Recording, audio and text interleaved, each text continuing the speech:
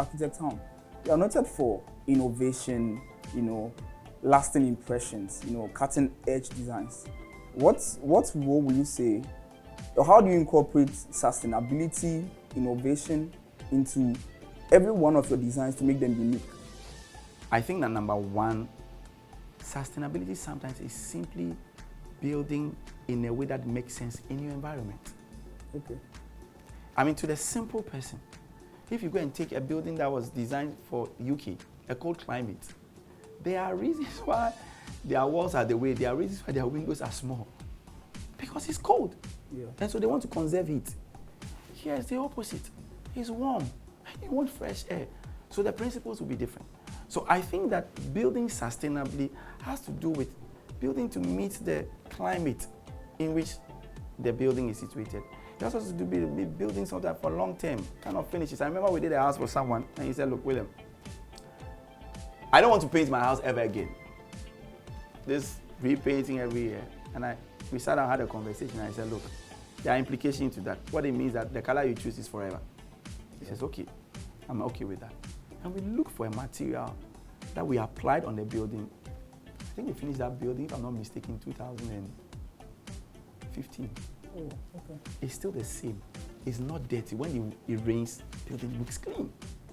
It's there. It's sustainable. The building in the basement, we put in what we call light wells. That converts the daylight into as if it's a light fitting in the basement. It's purely ventilated. It's louvered. It's louvered. It's on a mountainside. It's louvered. Fresh air. Right. It has borehole. So sustainability is building to meet the climate. But innovation, because this life is not static. Yeah. And especially we are in the age of technology, it's changing fast. So you have to be innovative.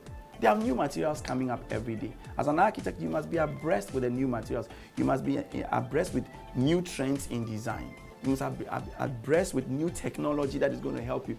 Today, incorporating simple Alexa in your home to be able to turn on and turn off lights and even lock doors, it's a given.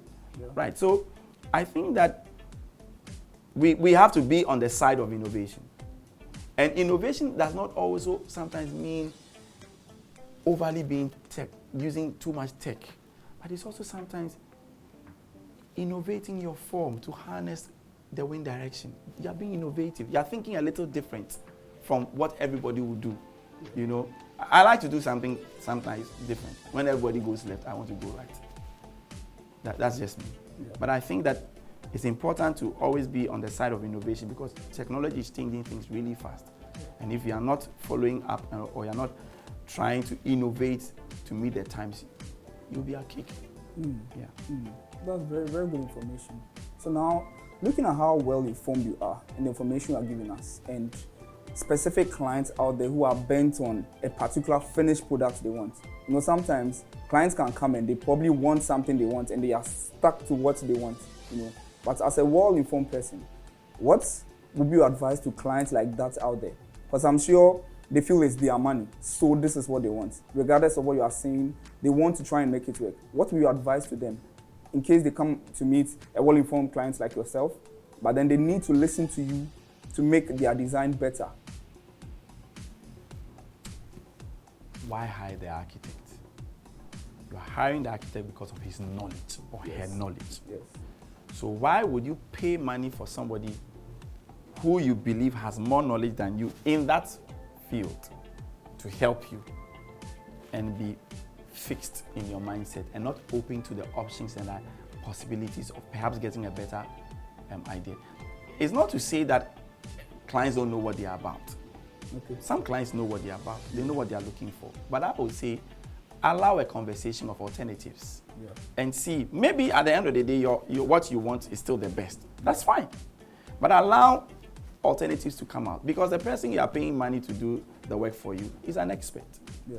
Who goes to the doctor and says that I have a headache, I want paracetamol, doctor, prescribe? What if that headache is only a symptom of a bigger problem?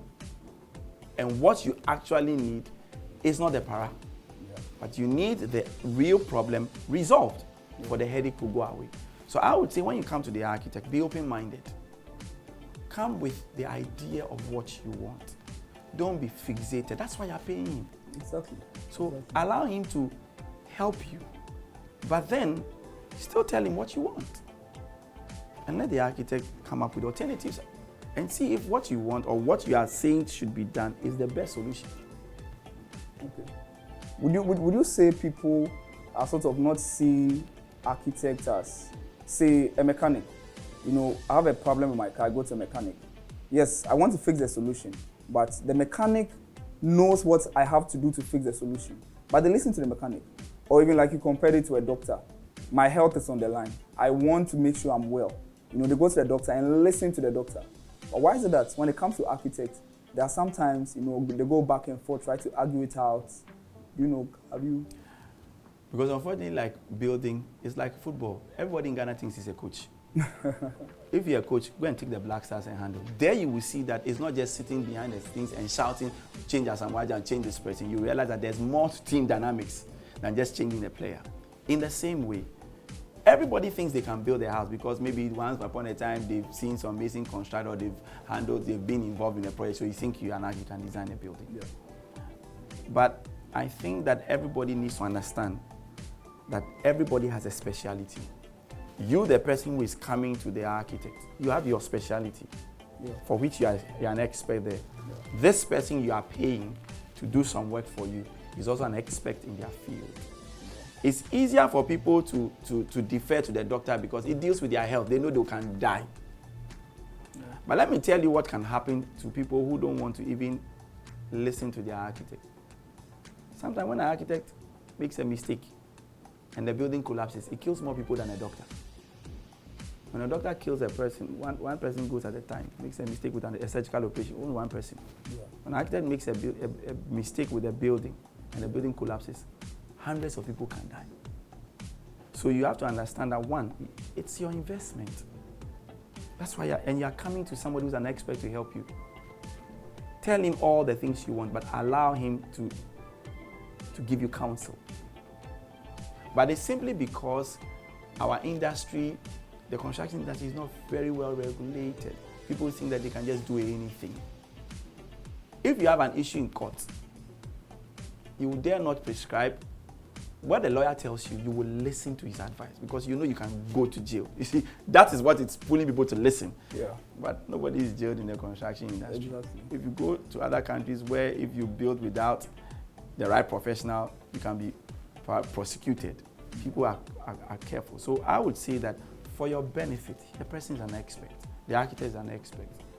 Listen to him. Tell him what you want. If there's something you've seen and you think the architect is not seeing, show the person. But let the person also give you counsel.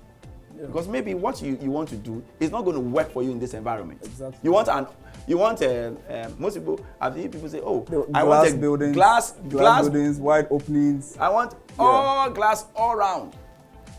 All glass all round in Europe makes sense because the weather is cold. The cost of heating the building is expensive.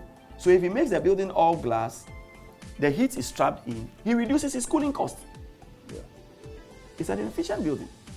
Here, all glass, you are heating the building. Already you are trying to cool the building is hot. Yeah. And you are now heating the building more, increasing your cooling cost. Exactly. But maybe you just don't understand it.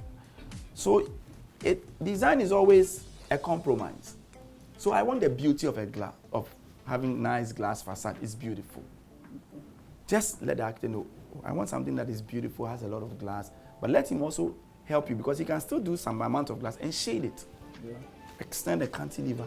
Nice glass, but they have a cantilever, cuts down the sun, reduces your cooling cost, reducing your cost in use. Every day you are paying electricity bills and you are complaining, it's reducing it for you. So the architect's role goes beyond, you just realize that it goes beyond even the construction. Yeah. It goes into use of the building. The impact of the architect goes beyond into the use of the building. Yeah, I think they'll now realize how relevant architects are in the construction process and the key parts of their building. Absolutely. Yeah, so you mentioned something about design, but before we go into that, one question again regarding clients. So I know that when clients come, after the architects are done with their drawings, they're expected to have permits, accustomed to some building codes, etc., etc. Can you throw more light on that so we understand more what it entails? Okay, so we just have launched, or we have what we call the Ghana Building Code, which has to do with regulations and standards for different kinds of buildings. But what clients need to know is that, one, there are certain regulations that every architect must work within. And there are certain kind of, let's say, other tests that they need. For example, if you are doing a building that is like 3-story and above, now every building sits on the land or on the soil. Okay. And depending on how strong or weak the soil is, the foundation is designed in a particular way. So when you are doing a building which is 3 or 4 stories and above, we do what we call a geotechnical soil investigation report. All right. Now, that is done by a specialist. It's not done by the architect. The architect will commission a specialist who comes basically to see how strong the soil is, in layman's terms, to be able to carry the weight of your building. Okay. And that will affect your foundation design. So you can have, if you are building in a swampy area, for example, when they do the test, they realize that the soil is very loose or very weak. It will affect the kind of foundation design that will be done. It affects how deep the foundation should go.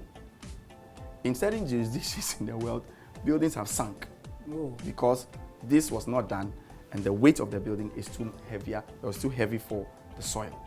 So there's a need to do geotechnical soil investigation report to determine the strength of the soil, sometimes even the level of water. If you go in Ghana now, you see that there's a lot of damp rising in buildings because sometimes the soil has what we call a high water table. Means that the water in the soil is very close to the surface. So within a very short time, water rises up the blockwork. So the geotech will tell you all of this information, and there's a specialist that does that. Then when you are building on a land that is sloping, let's say you are building in a place like a Brie or in the mountainside, the land is sloping, the land is not flat. Yeah, but So with the geotech, would you advise that to be done for every type of building? it's not every type of building. I will advise that you do geotech for every commercial building. Okay. But for houses, ground, single story and 2 floors, you don't necessarily need to do that. Unless it's a very huge, even though it's 2 floors, it's a complicated, huge land, or the soil, you can tell that this soil is a bad soil, right? But for average soils, laterite soils, 2-story, single story, you don't really need a geotech, right? Now, when you are building on a land that is sloping, you know you need what we call a topographical survey. From the word topography, which means how the land is laid out. Because when you are building on a sloping land, you need to know how the land actually slopes for the architect to maximize building into the slope to reduce your cost.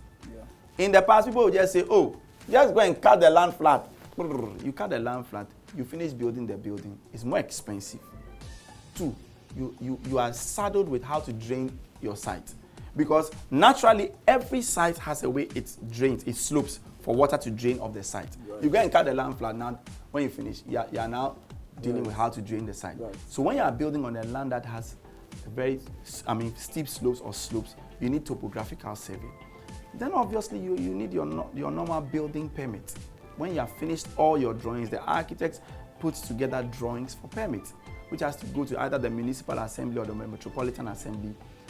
Depending on the number of copies they require, you submit it. So you submit your architectural, your structural, your mechanical engineering drawings, and if it's a commercial property, you add your geotech, which I just mentioned.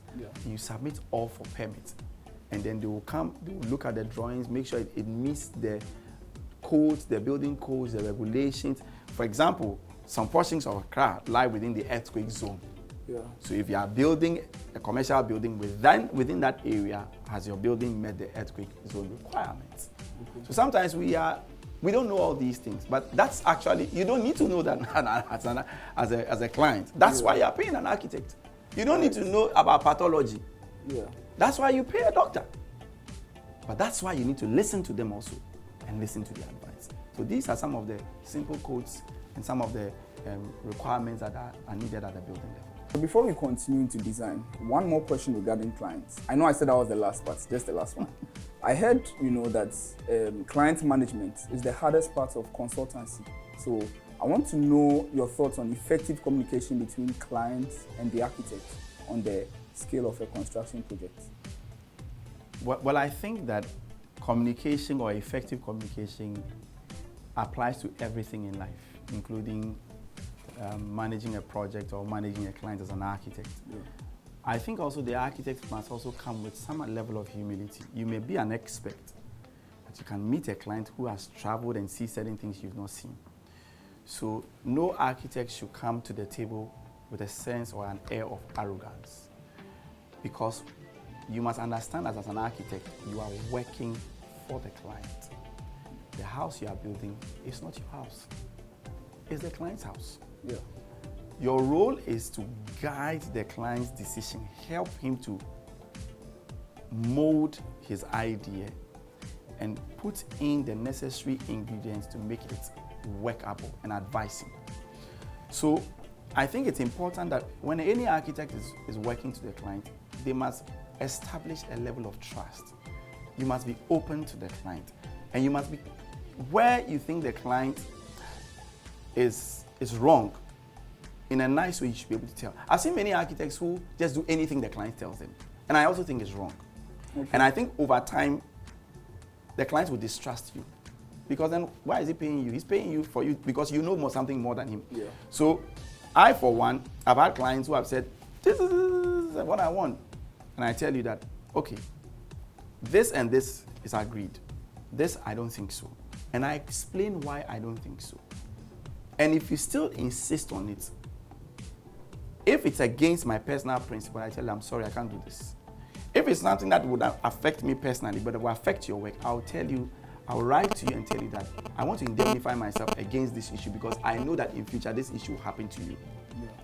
Once you are clear to the client in terms of letting him know that you know what you're about and you are not arrogant, the client builds a certain trust for you, that you know your job, but you're also willing to hear me out, because most people want to be heard, right? So the second thing I'll say in clients and effective communication is writing things down. Okay. Even in a part of the world, the moment you write to somebody, yeah, you are legalistic.